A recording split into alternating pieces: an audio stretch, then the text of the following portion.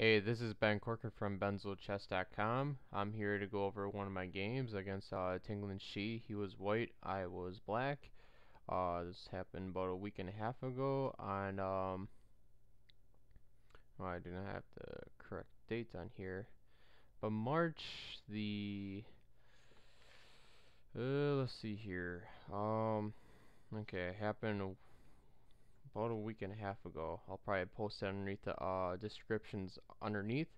Here drinking full throttle and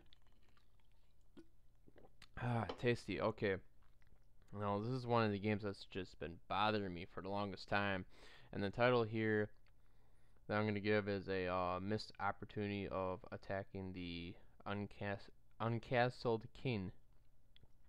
So actually, it's a good game. I missed my opportunity of actually attacking the king instead of going for other material, and also it was mostly me winning most of the game until the very end where he had one shot to just crush me and he missed it. But he offered a draw and I had to take the draw because otherwise I would have just lost. So okay, this is the heartbreaking game that I felt I should have won. But he's white, I'm black. Okay, so it started with e4, e6, d4, d5. The advanced variation of the French, taking the d pawn right away, and sometimes I play the queen out or the knight out or bishop d7. I mix it up a little bit, so pardon me. Okay, knight c3. This is a little weird for me, but I thought knight f3 was going to come out right away, so I brought my knight back out.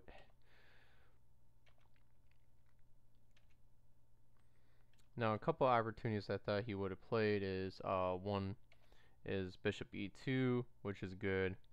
I see that there's still a lot of game and variations or whatever, there's a lot of play here. So this is one option. This kind of normal, I would say.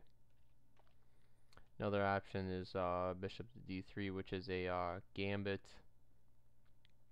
I think it's Miss Mori's gambit or something like that. I forgot the title. I only know a little bit about it, but it's a fun gambit.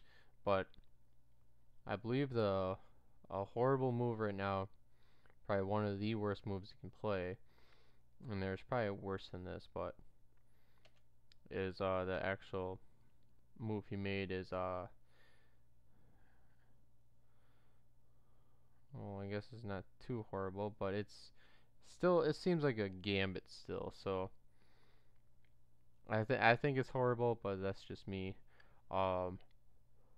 Maybe the computer program says it's kind of even, kind of not. It's undecided, but okay. So he played here, and I believe it's bad because I get a little tactic and win a pawn right away. And I believe if you get up a pawn, you can add more pressure and win some more. Okay, so I played a little tactic here. He took with the knight, and I took with the bishop. And right now, I feel really good with this bishop being right here, and also attacking this diagonal. Covering the very important square where the king now cannot castle. So I feel really good about that. So let me erase all these arrows.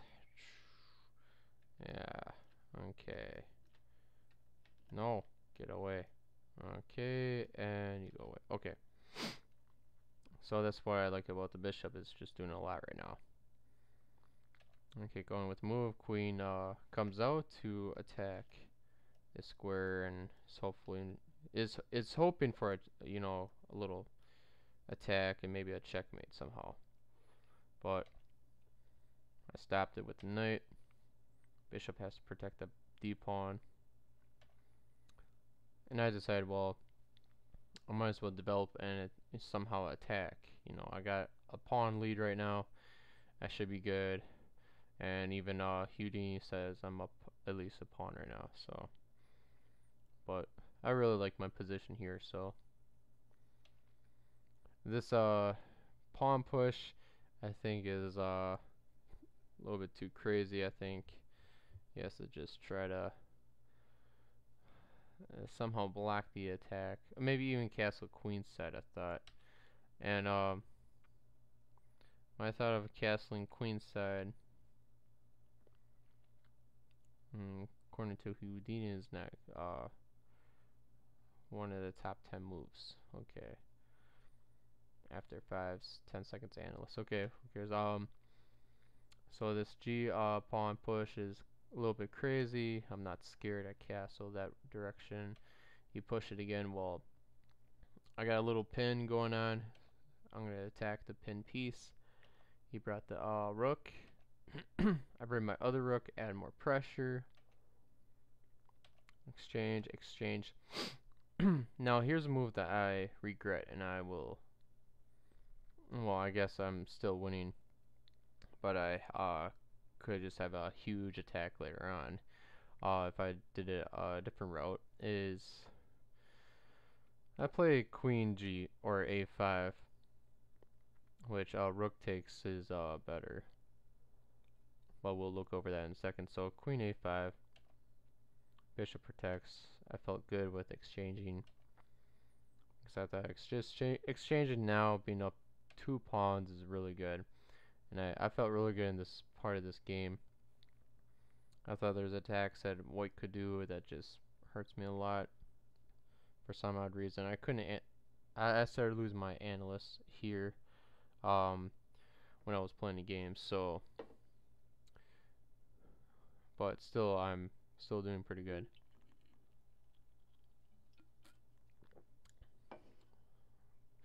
But now I gotta have a good plan to maybe somehow attack the king or swap pieces off the board.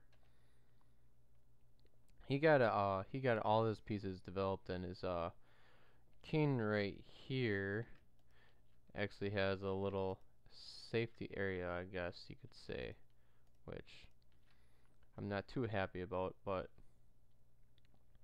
I decided, well, I gotta try to win another pawn somehow or trade pieces off.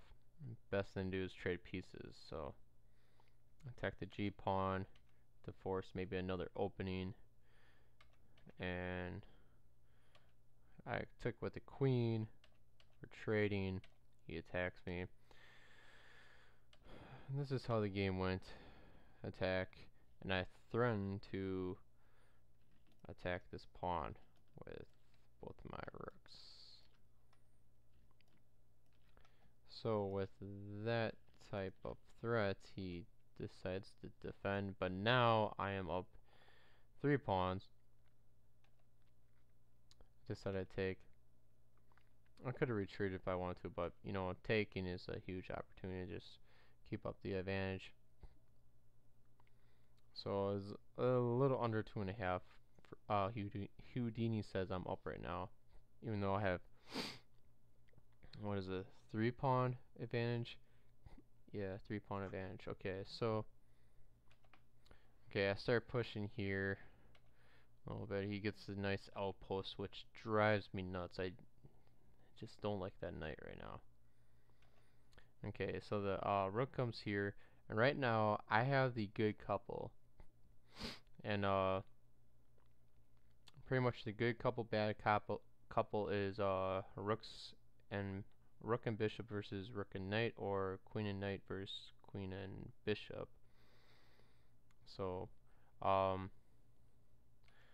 you just have to know how to play with it, and I need more practice. Try and trade rooks off, and if I trade rooks off, it's winning for me. Completely. It should be easy game. Okay, he decides not to. That's a smart move that by T.Shi. Now, move back here. He pushes the pawn. And a good move for me, not really bishop e8, but rook a3 is pretty strong, I believe. And how I saw it in my mind is maybe a variation like this. Now bishop e8, and if I move the bishop to e8, I actually get a little attack on the pawn, and maybe win another pawn or something. So that's just my thought of it. So I could have done like that, but instead after h5 I played bishop e8, which is still winning, but he got the push, I push, and I still can play rook a3, and a lot of these moves I can still play rook a3, and I just missed the opportunity, and for some reason I couldn't think. Maybe I just lost my mind here, so I'm starting to lose the advantage. You know, push the pawn is not horrible, but it's now my winning chances are shrinking by each moves I'm making. Okay, he brings rook down. Rook a3 is still good here. I did this pawn push instead, and his drawing chances are getting closer and closer. So now with my next move, he should be crushing me. I play this king move, so knight takes, pawn takes, and all he has to do right now, since I lost all of my opportunity, is just rook d8 check, and then what happens after that is pawn push on the h file and queen. So yeah, I should lose this game, but going back to the very important part of this game, well, after he takes this and offers a draw, I took it because I had to, otherwise I was going to lose if I try to play for a win. So after b takes c3, the move I should have looked at is right now this bishop is controlling this diagonal, stopping the king. So maybe the best route is trading down, but maybe go after this pawn, which this king might have some sort of connection, and lower his safety. So attacking the central king, the Uncastle King, is the best bet. So, and I looked at it very little bit, didn't see a lot, but actually I think attacking a central king is really good, and actually creates more maybe tactics in the future or other threats or even mating threats. I don't know. There's a lot of things could happen when you attack a king. So, and for example, this could have happened. Take, take, take. This knight's very strong, has a chance of even coming right here. With this bishop even being right here, stops the king from, you know, castling. He has really no chance. So, and for example, the rest of the gameplay could have went bishop, come right here, then knight jumps there, still stopping the castle king. Queen might want to try to threaten, come here, followed by pawn push to attack the bishop, but don't know how well that's going to work out with this knight coming over here, attacking the queen,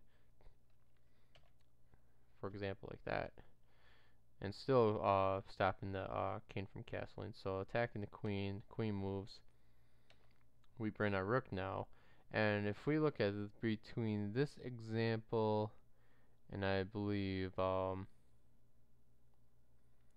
between this move on move 20, where I brought my rook out, and white's move on 19th over here, the two differences right now his pieces are kind of like fully developed.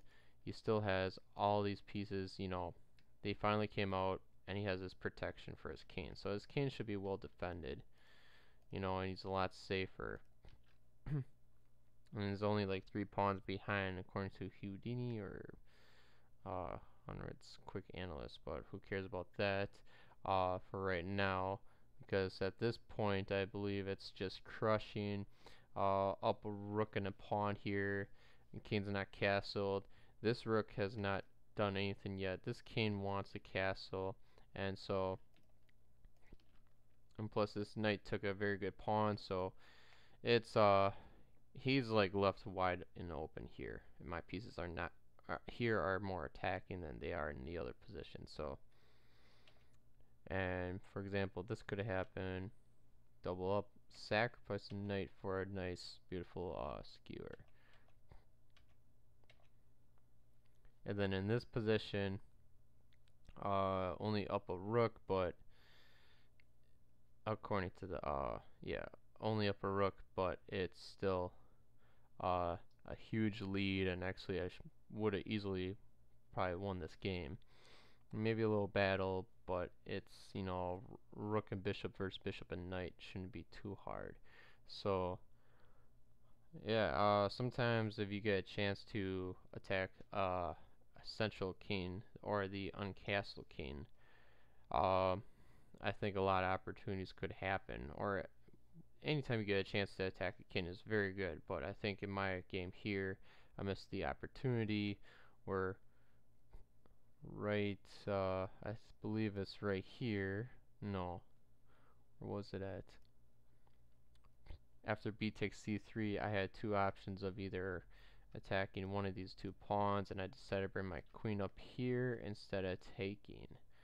And I think the move I should have done was taking here instead of, you know, moving my queen over here and take this pawn, because I don't think it's really much of a threat of winning the game. So that's really all I got. It was a good game between T.Shi and I, and hopefully I'll learn from this game, and hopefully you all can learn from this game. So thank you for watching, and stay tuned for some more fun videos, especially playing some crazy live sessions, the Irish Gambit. Thank you. Good night.